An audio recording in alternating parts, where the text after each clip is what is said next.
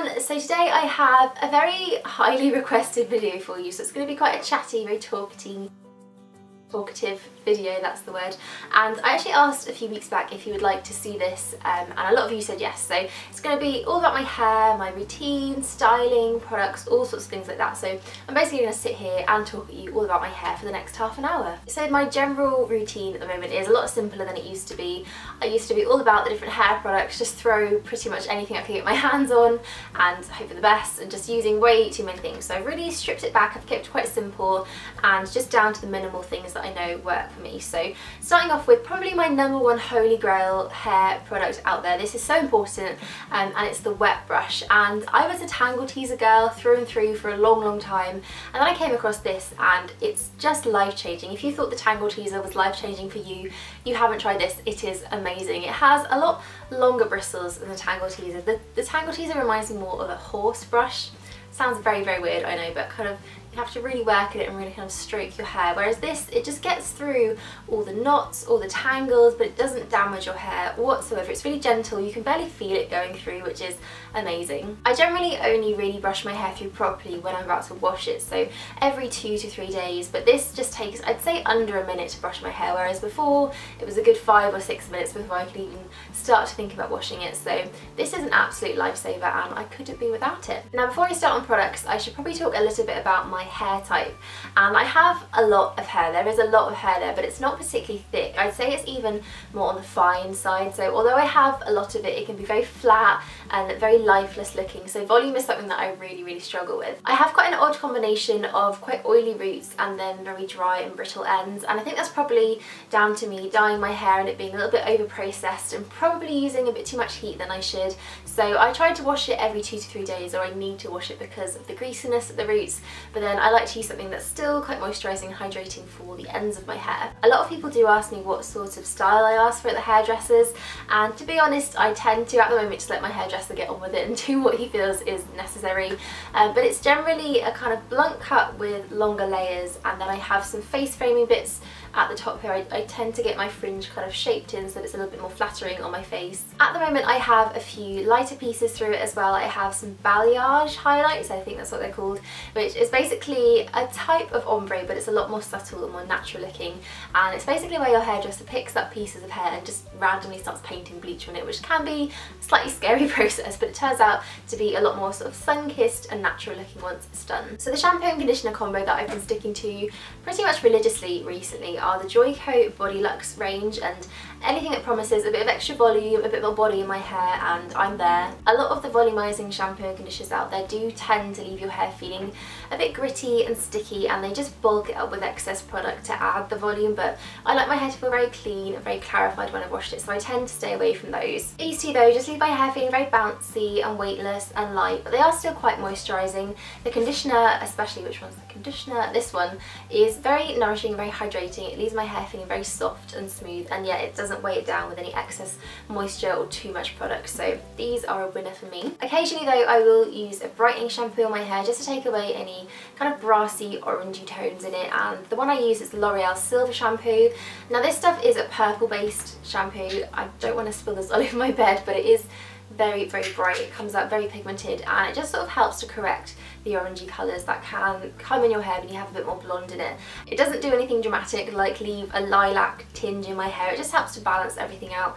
The one thing though with this is very drying, so when I do use this, which is probably maybe once a week, once every 2 weeks, I do like to balance it out with a moisturising mask. The one I use is the Keratin Restore Luxe Oil Mask from Wella SP, and this range just has the most beautiful smelling products. I know you shouldn't pick a product for its smell, but this stuff is just amazing. It's like vanilla-y, musky goodness. It is probably the most hydrating thing I've ever come across for my hair though. It just makes it feel so nourished and so enriched with just heaps of moisture, and almost like it's my hair back to normal again. If there's anything wrong with it, if it's dry, if it's brittle, if it's just not right, this just makes it back to how it should be. It's amazing. Also from that range I use the oil. This is the Wella SP Luxe Oil, and again it's just really softening, very moisturising and nourishing, and I like to put this on the ends of my hair every time I wash it, so So when it's wet, I just put a little bit through just to kind of keep a lot of protection in there. This one smells amazing as well, and to be honest, I'll probably end up converting to the entire Luxe Oil range one day because it just smells so good. So shampoo, conditioner, treatments out of the way and on to styling.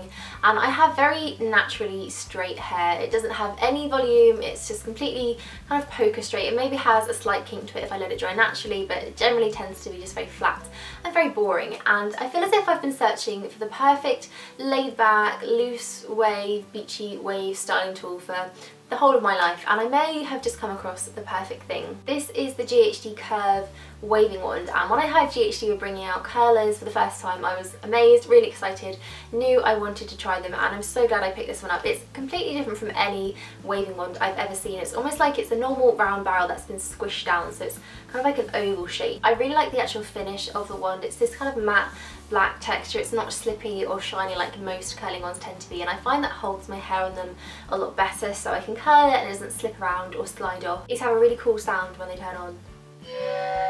Ooh. So when I use this to curl my hair, I'll just section everything into two. So I'll take up the top half and my fringy bits, and then I'll comb through the bottom and then start curling it. I generally take quite large sections because I find that just makes the whole process a lot quicker, and I just wrap it around the wand. I tend to start with the smaller bit of the barrel pointing towards me, and I'll try and hold the whole barrel down as well, and I find that gives a nice shape to the hair. These tools really distribute heat very evenly, so they heat up the curls really well, really quickly, and it just makes the whole process a lot faster, so you're not holding your hair on there for too long. So I tend to leave the curl wrapped around for a couple of seconds and then just let it drop, and the curl is so pretty. It's kind of in between a wave and a curl. It's not ringlety at all, but it has this really nice soft kind of S curve to it, which I really, really like. So I just carry on curling the bottom sections, then move on to the top and do exactly the same thing.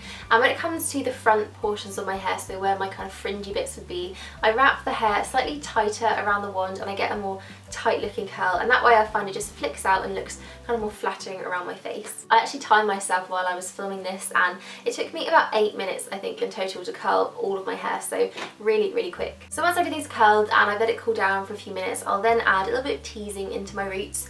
And like I said, my hair is just a no volume zone. It just wants to be flat and permanently stuck to my head, so I use a teasing comb, a teasing brush, and just put a little bit of volume back into the roots. To finish everything off, I'll use a styling product, and back in the day I probably would have reached for about 5 or 6 different things. I was all about the styling products, probably put way too much on my hair, but now there's really only one thing I like to use, and that's a dry texturizing spray.